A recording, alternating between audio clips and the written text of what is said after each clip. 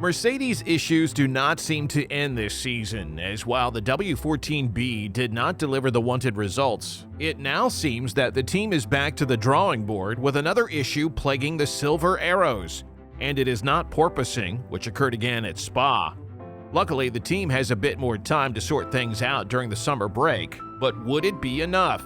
With Hamilton still not signed to a new contract, is the future not looking good for the Brackley side? The issue of porpoising has once again come back for Mercedes and Lewis Hamilton, resulting in another failure to reach the podium at the Belgian GP, with the limitations of the car restricting Hamilton's progress at Spa. With both Hamilton and team boss Toto Wolff expressing serious concerns about the Mercedes W14, as it displayed characteristics similar to its predecessor during the Belgian GP weekend, one cannot help but wonder what is going on with Mercedes this season. Despite new upgrades at Spa, the W14 suffered from bouncing issues, especially given the track's long straights. This problem, which troubled the team last year, reappeared with Wolff explaining that the car was bouncing even on high-speed corners that could usually be taken flat out, and the car was bouncing on every straight, he said, with the Blanchimont corner being a particular concern. Hamilton reiterated this sentiment, expressing alarming uncertainty about the root cause of these recurring problems, saying the rear end is the biggest issue. He added that they experienced substantial bouncing, similar to the previous year, and that Mercedes was unsure of the cause, with Toto Wolff assuring that the team would meticulously review the data to find solutions to the bouncing problem. And as if this wasn't enough, during a recent Q&A for the Mercedes F1 team's website, James Allison revealed that a particular effort has been thrown at trying to improve the handling and balance of the W14.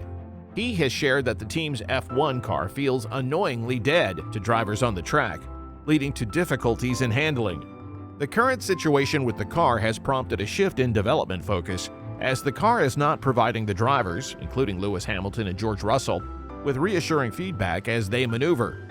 The instability becomes apparent when a driver first steers into a corner, with the car behaving too reactively, according to Allison. However, the situation worsens when they reach the mid-corner, where they would typically want the car's front end to bite into the road and feel responsive.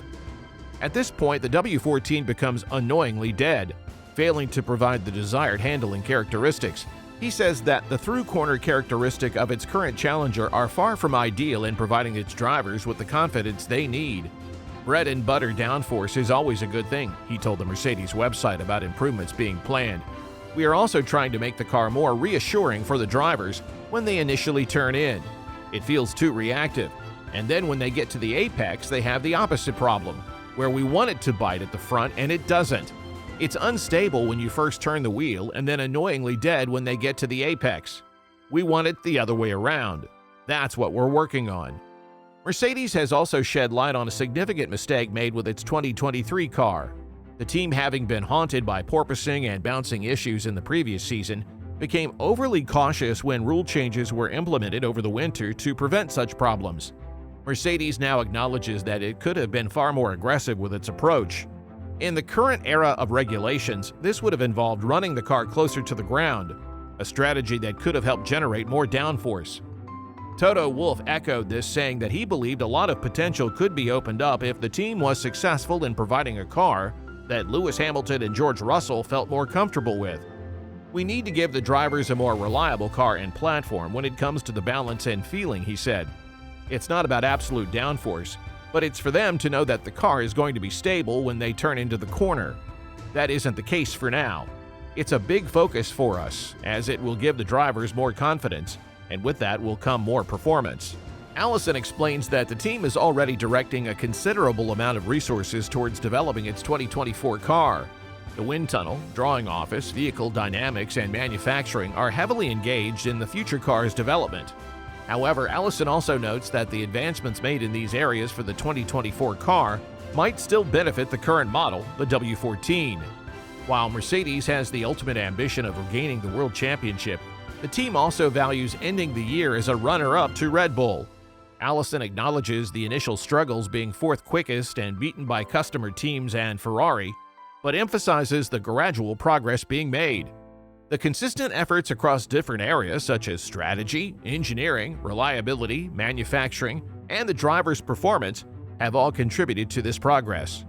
Despite falling short in the initial aim, Allison highlights the significance of securing the second place in the championship, especially as the team's focus starts shifting to the next season's car, the W15. After beginning the season in glum fashion, Mercedes has made notable progress in the development of their W14. The Silver Arrows remain some way off of runaway leaders Red Bull in terms of competitiveness, but can claim to now have the second quickest car right now, having outdeveloped their Ferrari and Aston Martin rivals.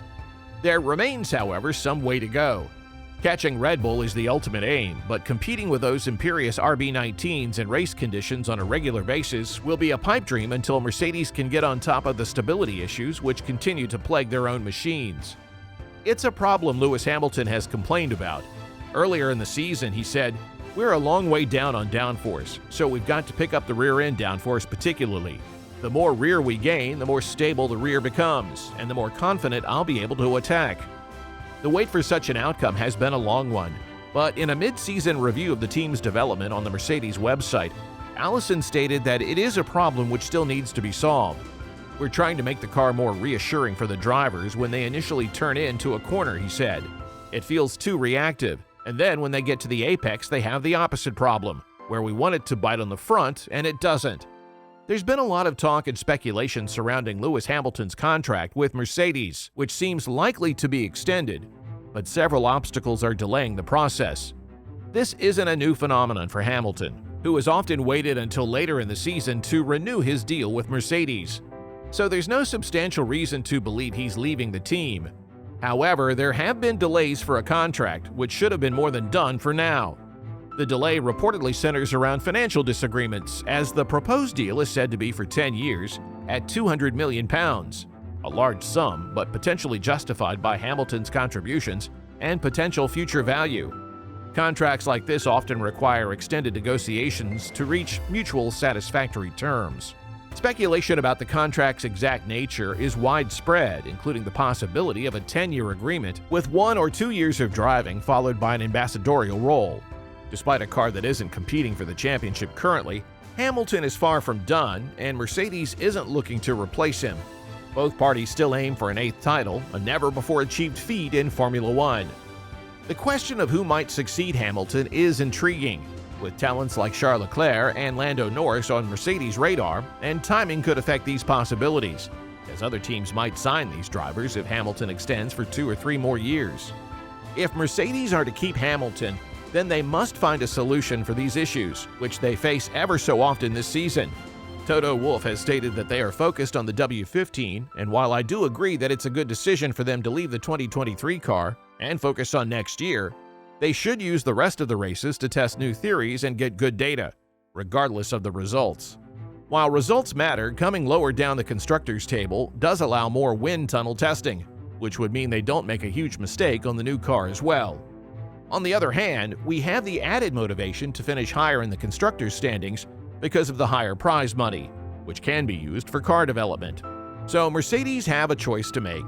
However, it might be an easy one, considering the inconsistency from their rivals and the recent resurgence of McLaren.